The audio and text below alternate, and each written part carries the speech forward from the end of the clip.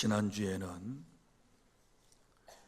심령이 가난한 자는 복이 있나니 천국에 그들의 것이다 라고 하는 말씀을 들었습니다.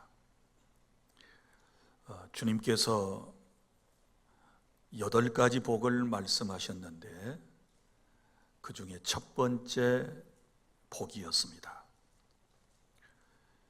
심령이 가난하다라고 하는 말씀의 뜻은 하나님 앞에서 자신의 무능함을 인정하고 전적으로 하나님을 의지하는 겸손한 영혼의 상태를 말한다고 했습니다. 그런데 오늘 주님은 그 가난한 심령에서 더 나아가 애통하는 자는 복이 있으며 그들이 위로를 받을 것이라고 말씀을 하셨습니다. 사랑하는 여러분, 애통하는 자가 복이 있다 이렇게 말씀을 하셨는데, 그러나 우리의 실상은 어떻습니까? 대부분 사실도 아닌 영화나 드라마를 보면서는 너무너무 쉽게 감동을 받고 눈물을 훔쳐냅니다. 그러나 예배하면서 혹은 말씀을 보면서 설교를 들으면서 자기 자신의 영적인 상태의 비참함과 또 자기 가족들의 영적인 현실을 바라보면서 애통하는 사람은 죄송하지만 많지 않은 것 같습니다. 언제부턴가 교회당 안에서 우는 소리가 잘 안 들립니다. 그저 웃는 소리, 찬양하는 소리, 온갖 사람들의 소리는 들려도 애통하는 소리는 여러분들도 잘 듣지 못할 것입니다. 오늘 주님께서 애통하는 자는 복이 있다라고 말씀을 하셨는데, 여기서 말하는 애통이라고 하는 것은 단순한 감정적 슬픔을 말하는 것이 아니라 우리 자신이 하나님 앞에 자기의 죄를 깊이 깨닫고 이웃의 아픔을 또한 함께 느끼며 고난 중에서 울부짖고 하나님을 붙드는 영적인 태도를 말하는 것입니다. 오늘 말씀을 통해서 진정한 복은 무엇이고, 오늘 주님께서 말씀하시는 애통과 위로의 의미는 무엇이고, 또 구체적으로 무엇에 대하여 애통을 할 것인지, 그리고 애통하면 하나님께서 구체적으로 우리에게 어떻게 위로해 주시는지에 대하여 말씀을 함께 나누도록 하겠습니다. 우리가 지금 팔복을 듣고 있으니까 첫째는 이 복에 대한 개념을 분명히 하는 것이 중요합니다. 세상의 복과 예수님의 복은 다른 점이 있습니다. 그럼 먼저 세상의 복은 어떤 것을 의미할까요? 아주 줄여서 말씀을 드리면 세상의 복이라고 하는 것은 외적인 것이고 물질적인 것이고 그리고 일시적인 것이다, 이렇게 말씀을 할 수 있습니다. 여러분 보세요. 세상 사람들은 외적으로 물질적 성공과 그리고 소유의 관점에서 성공을 이해하는 것입니다. 돈이 많고 지위가 높으며 명예를 얻으면 그것을 복이라고 그럽니다. 그러나 거듭 말씀드리지만 세상이 주는 복은 일시적인 것입니다. 잠깐 웃을 수 있지만 항상 웃을 수 있는 세상이 아니에요. 잠깐 행복한 삶을 맛볼 수는 있지만 영원한 행복은 맛볼 수 없어요. 여러분, 세상의 지위와 부귀와 영화도 그렇죠. 영원히 누리지 못합니다. 여러분 보세요. 작금의 사태를 통해서 우리 특별히 정치인들의 그 권력의 무상함에 대하여 우리가 많이 깨닫고 있지 않습니까? 안타까운 현실 앞에서 그래, 세상 것 아무것도 아니구나. 세상의 지위, 그거 오래가지 못하는구나. 참 많은 것들을 깨닫는 그런 시간을 우리가 지금 갖고 있습니다. 자, 그러면 예수님께서 말씀하시는 복은 어떤 복일까요? 요약하면 주님이 우리에게 주시기를 원하시는 복은 내적이고 영적이고 영원한 것이다. 믿으시기를 바랍니다.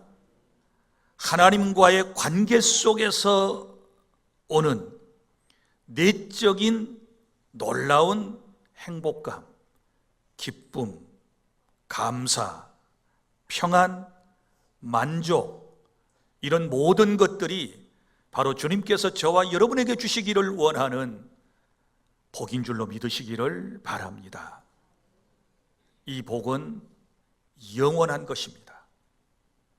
주님의 통치하에 있는 한, 주님의 다스리심을 계속해서 받아 살아가는 한, 우리에게 영원한 행복과 영원한 만족은 지속된다는 사실을 깨달을 수 있기를 바랍니다.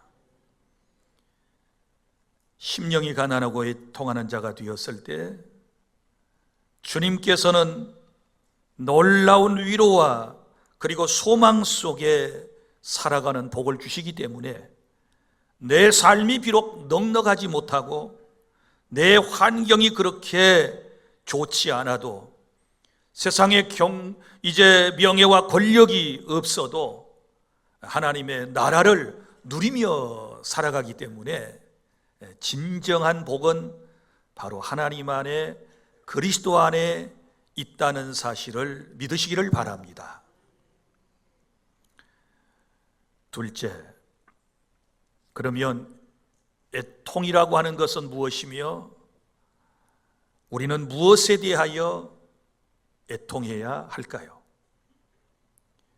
애통이라고 하는 헬라어 단어는 펜툰테스라고 하는 단어입니다. 이 단어의 뜻은 심히 근심하며 고통스럽게 슬퍼하는 것, 이렇게 정의를 하고 있습니다. 이 애통이라고 하는 오늘 본문에 나오는 단어를 창세기에서도 사용을 하고 있는 것을 볼 수 있는데 이런 경우입니다. 여러분, 야곱에게 12아들이 있었습니다. 그 중에 야곱이 가장 사랑하는 아들이 요셉이었습니다. 형들이 요셉을 시기하고 미워하고 질투했습니다. 죽이려고 하다가 애굽의 종으로 팔아 넘겨버리고 말았습니다. 그리고는 아버지 앞에 와서 이 형들이 거짓말로 보고를 합니다. 동생 요셉이 짐승에게 찢겨 죽었습니다.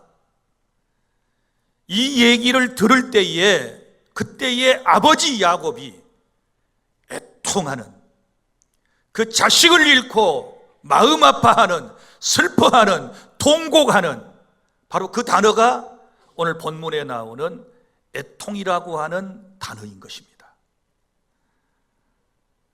사랑하는 여러분, 오늘 우리는 이런 애통을 마음속에 가져야 되겠는데, 그럼 맨 먼저 무엇에 대하여 애통을 해야 할까요?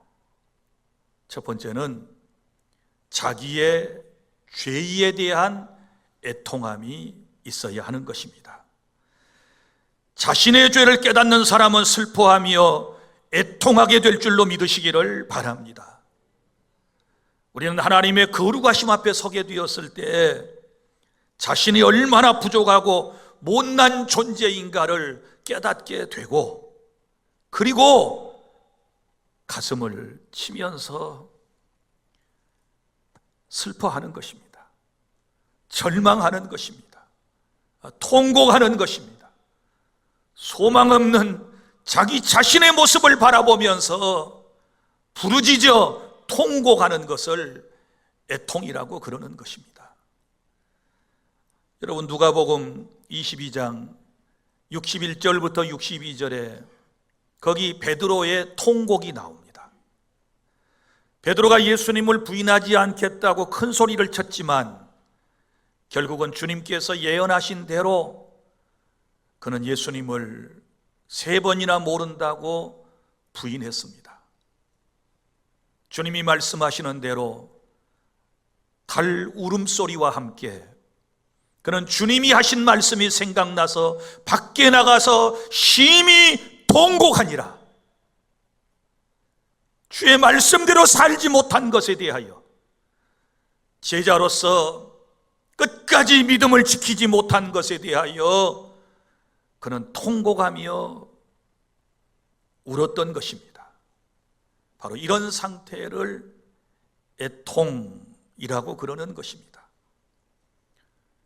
여러분, 한 주간의 삶을 살다가 일주일 만에 대부분 여기 지금 돌아오셨습니다.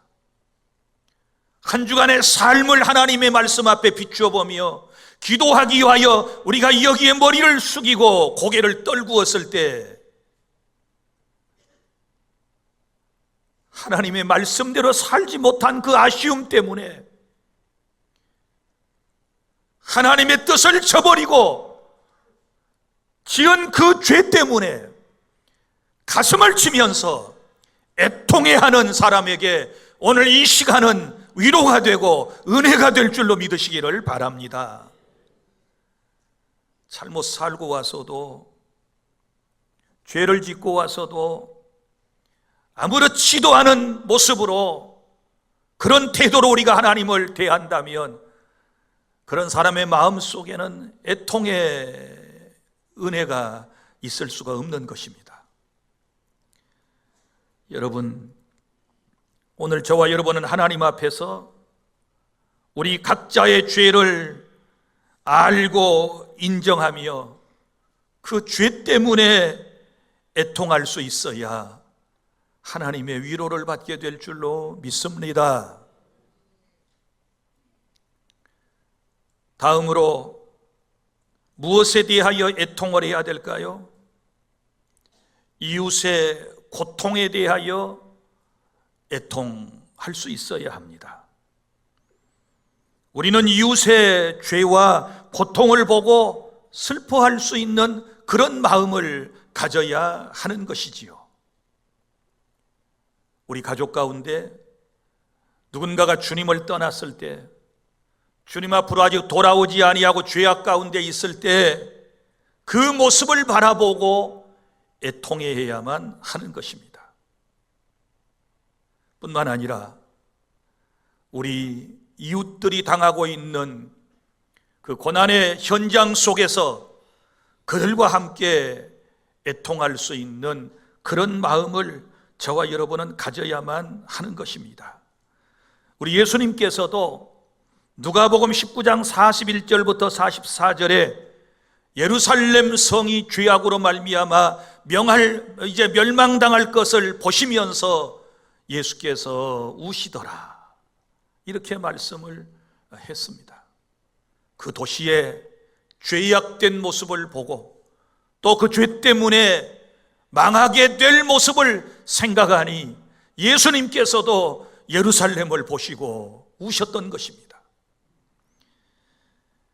요한복음 11장 32절부터 35절에 어떤 내용이 나옵니까?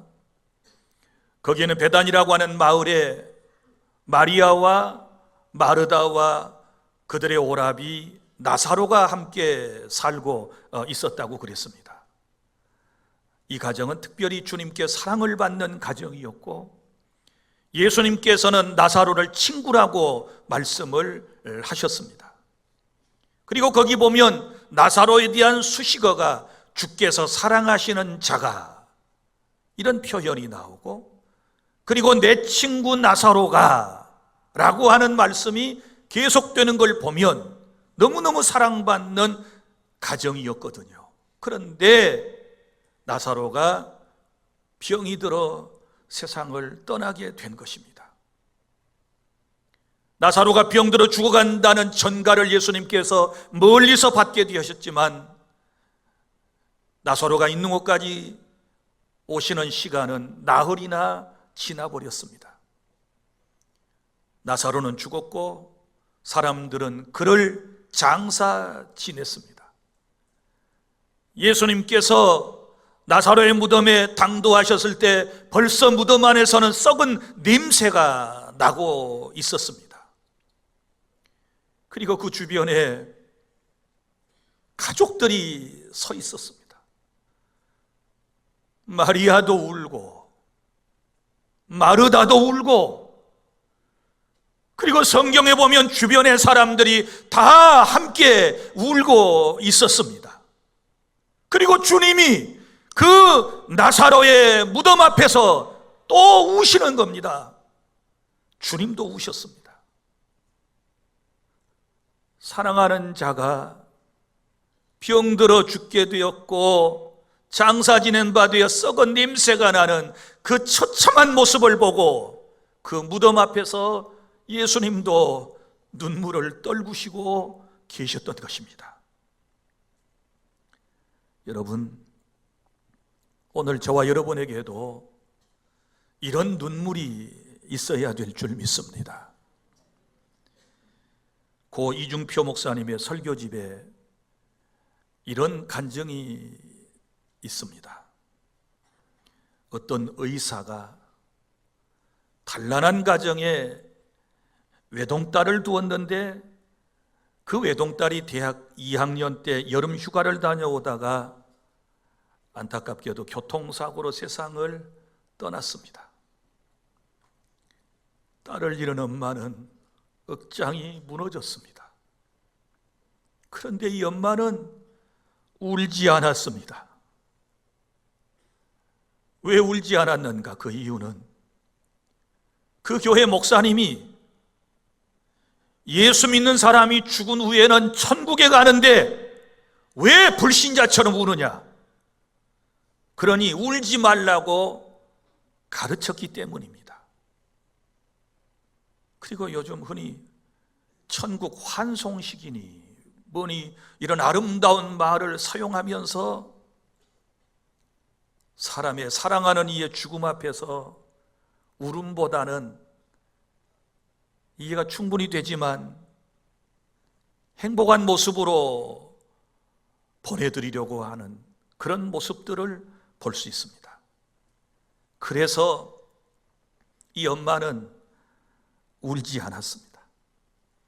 그 믿음 좋은 엄마는 이를 악물고 참았습니다. 막 슬픔이 올라올 때마다 그래, 내 딸이 천국 가서 하나님의 품에 안겨 있겠구나 생각을 하고 참고 또 참습니다. 그때 그 모습을 지켜보던 의사인 남편이 이렇게 말합니다. 여보, 울고 싶으면 울어. 참지 말고 울어, 이렇게 얘기했지만 그래도 그 부인은 참았습니다. 그런데 안타까운 것은 그 딸이 죽은 지 2년 8개월 만에 이 엄마도 암으로 세상을 떠나게 되었답니다. 너무너무 큰 슬픔을 마음속에 참다가 이 슬픔이 암덩어리가 되었고 결국은 죽음으로 몰아간 것입니다. 아내의 장례식장에서 그 남편이 차디찬 부인의 시신을 붙잡고 이렇게 절규합니다. 이 사람아, 한 번만 시원하게 울었더라면 당신 병 안 들었지? 한 번만이라도 통곡하고 울었더라면 당신 그렇게 아파서 안 죽지?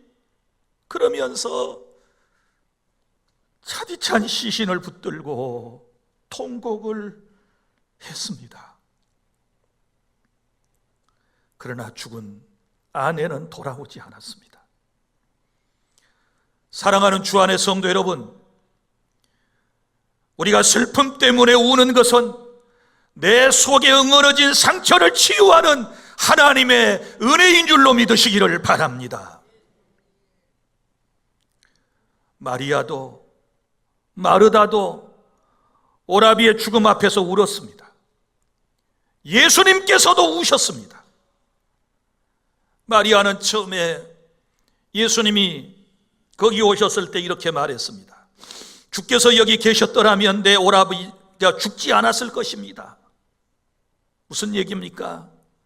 주님이 여기 계셨더라면 내 오라비 죽지 않았을 겁니다. 원인을 얘기하잖아요. 나사로의 죽음에 대한 이유를 나름대로 지금 이야기를 하고 있는 것입니다. 여러분, 우리는 어떻습니까? 이웃의 아픔과 슬픔의 이유를 내가 규명하려고 할 때가 얼마나 많이 있습니까? 지금 사랑하는 사람을 잃고 가슴을 치며 통곡하며 우는 이들에게 우리는 자기 일 아니라고 이렇게 말합니다. 왜 거기 갔어? 왜 그 비행기 탔어? 왜 그런 일을 했어? 왜 낚시를 갔어? 왜 밤에 다닌 거야? 자꾸 원인을 자기가 규명하려고 하는 이런 태도를 우리는 보이고 있고, 그런 태도 앞에서 슬픔을 당한 사람은 지금 더 절규하며 더 통곡하게 된다라고 하는 사실을 우리는 알아야만 하는 것이고, 지혜로운 그리스도인들은 내 이웃의 고통 앞에 함께 애통해할 수 있어야 되고, 함께 통곡하여 울어줄 수 있는 그런 마음을 교회는 가져야 될 줄로 믿으시기를 바랍니다. 로마서 12장 15절에 즐거워하는 자들과 함께 즐거워하고 우는 자들과 함께 울라, 주께서 우리에게 이렇게 말씀을 하신 것입니다. 사랑하는 여러분, 애통하는 자의 의미가 무엇입니까? 내 이웃의 슬픔에 동참하며 내 일처럼 생각하고 그들과 함께 울어주는 것입니다. 이런 은혜가 저와 여러분의 마음속에 있어야 될 줄 믿습니다. 제발 타인의 고난에 대하여 함부로 말하거나 함부로 평가하거나 그렇게 말하지 마십시오. 고난은 주님의 영역입니다. 여러분들이 재판장이 아닙니다. 여러분들의 생각이 다 옳은 것 아닙니다. 우리는 내 영역 밖에 있는 것은 하나님께 맡기고, 우리가 할 수 있는 일은 힘들어하는 영혼들을 위하여 애통하고, 죄를 지으며 멸망의 길로 가고 있는 이웃들을 보며 애통해하며 눈물로 그들을 위하여 기도할 수 있는 이런 주님의 마음, 주님의 눈물을 저와 여러분이 가질 수 있기를 바랍니다. 그리고 무엇에 대하여 세 번째 애통해야 할까요? 자신의 고난 속에서 하나님을 의지하며 애통하시기를 바랍니다. 우리는 인생의 길에서 종종 억울한 일을 당할 때가 있습니다. 낭패와 실망을 당할 때가 있습니다. 질병으로 고통을 당할 때가 있고, 그리고 내가 아끼고 사랑하는 것을 상실해야 할 때도 우리의 삶 속에는 있는 것입니다. 그럴 때마다 하나님께 나와 울부짖으며 하나님의 도움을 구하는 저와 여러분이 되기를 바랍니다. 구약성경 시편 34편 18절에 여호와는 마음이 상한 자에게 가까이 하시고 충심으로 통회하는 자를 구원하시는도다. 아멘. 마음이 상한 자를 가까이 하시고 충심으로 통회하는 자를 구원하신다.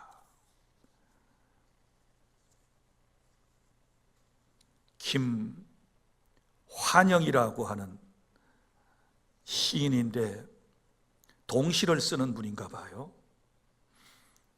이분이 누구인가 하여 밤새 인터넷을 검색했지만 이분이 신앙인인지 아닌지에 대해서 알아낼 수가 없었습니다.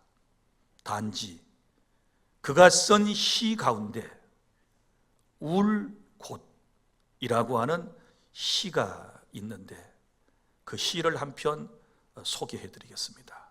울 수 있는 곳, 울곳입니다. 손주하고 할머니가 함께 가다가 한 말입니다. 할머니 어디 가요? 예배당에 간다. 근데 왜 울면서 가요? 울려고 간다. 왜 예배당 가서 울어요? 울 데가 없다. 이게 시의 전체입니다. 어디 가요? 예배당에 간다. 왜 가요? 울려고 간다. 왜 하필이면 예배당이에요? 울 데가 거기밖에 없어서 간다. 이런 뜻 아니겠어요?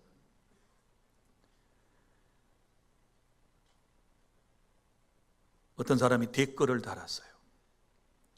손자가 이렇게 말했을 것 같답니다. 할머니는 울 곳이 있어서 좋겠다. 예배당에 가서 마음 놓고 울 수 있으니.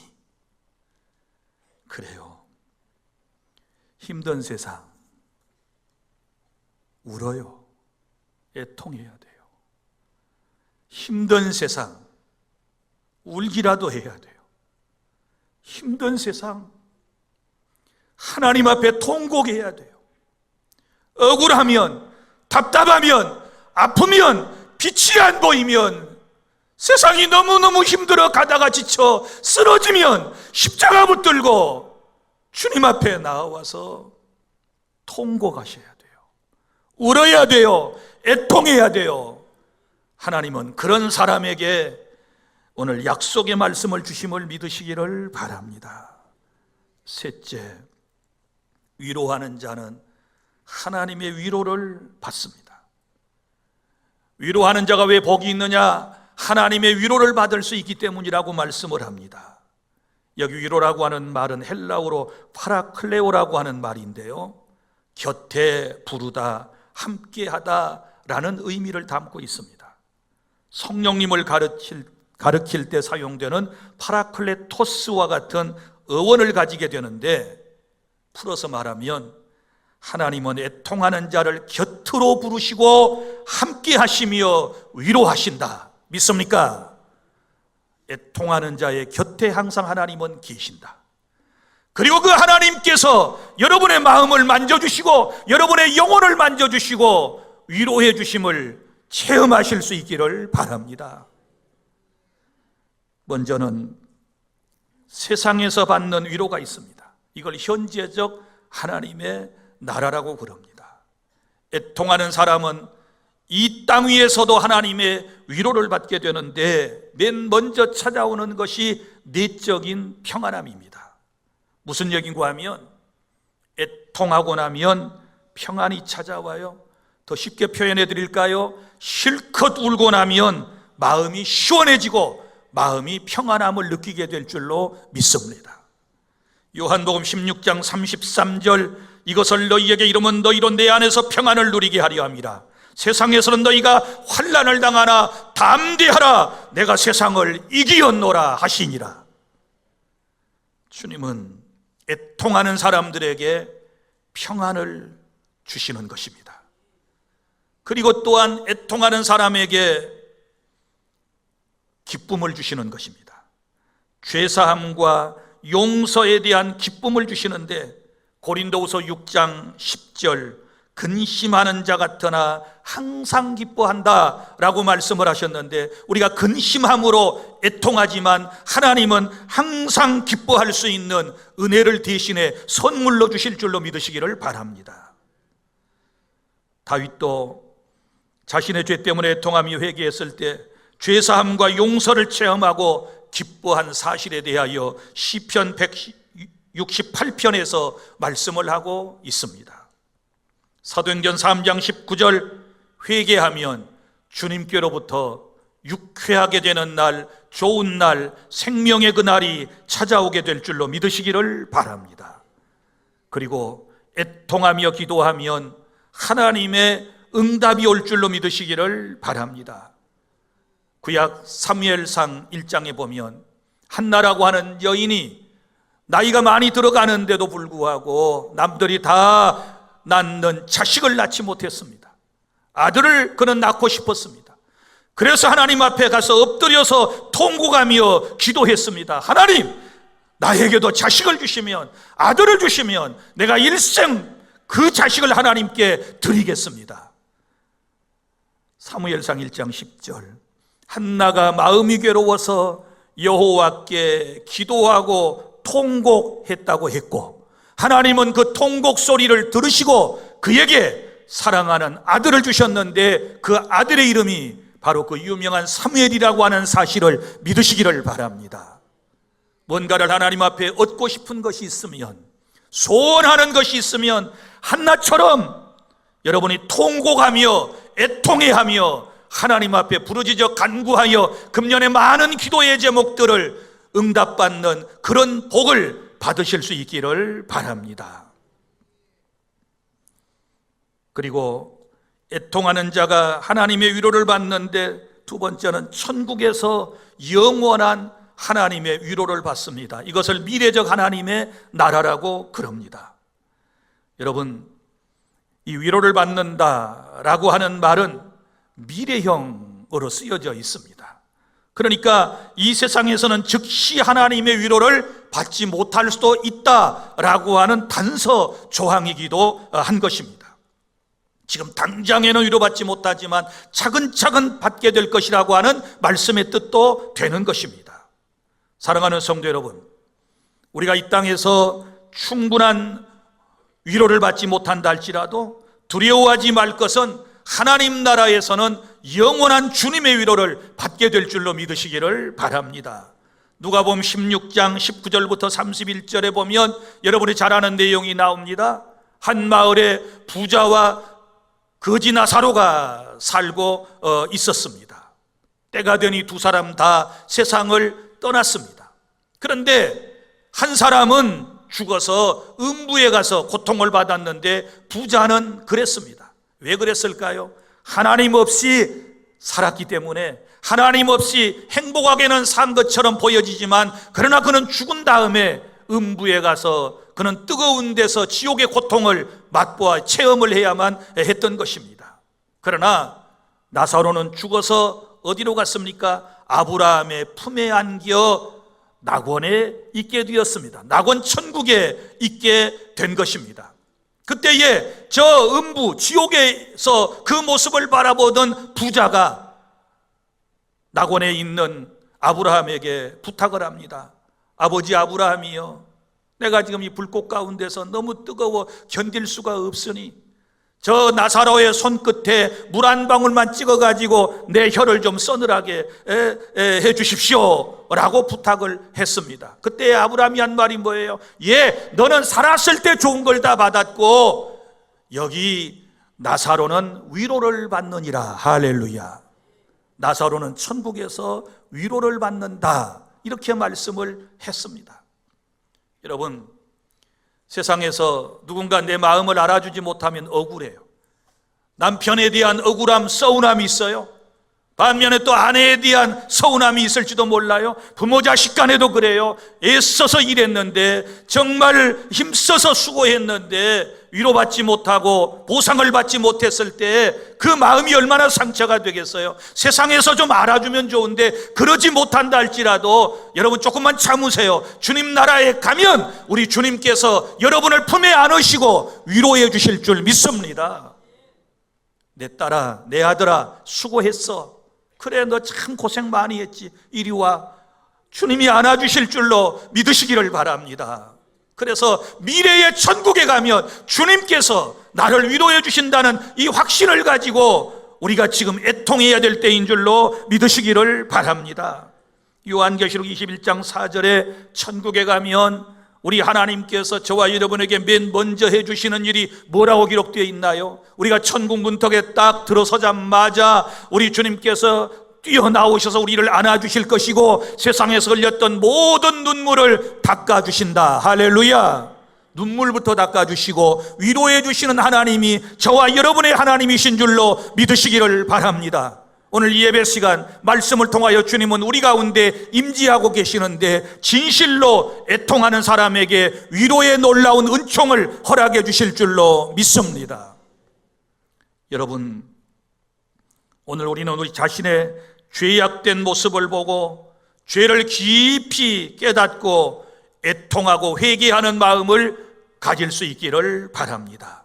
뿐만 아니라 내 주변의 내 가족들 가운데 주님을 알지 못하여 그들이 받을 형벌을 생각하며 애통해야 하고, 또 한편으로는 우리 이웃들 지금 너무너무 힘들고 어려운 상황을 지나는 분들이 있는데 그분들을 안타까운 마음으로 생각하고 그들과 함께 애통하고 울어줄 수 있는 그런 따뜻한 마음 또한 우리가 가져야 될 줄로 믿습니다. 그리고 내 인생이 힘들고 어려우면 하나님 앞에 나와서 울 곳이 있으니 주님의 교회당에 나와서 여러분이 통곡하며 울고 기도하면 한나의 기도를 들으셨던 우리 하나님께서 여러분의 기도를 들어 응답하여 주실 줄 믿습니다. 여러분의 마음속에 시원함과 평강과 기쁨을 주실 줄로 믿습니다. 우리 하나님께서 여러분들의 마음속에 영원한 기쁨을 허락해 주실 것을 믿습니다. 다시 한번 말씀으로 돌아갑니다. 애통하는 자는 복이 있나니 그들이 위로를 받을 것이며, 이런 은혜가 저와 여러분에게 함께 하기를 바랍니다. 기도하겠습니다.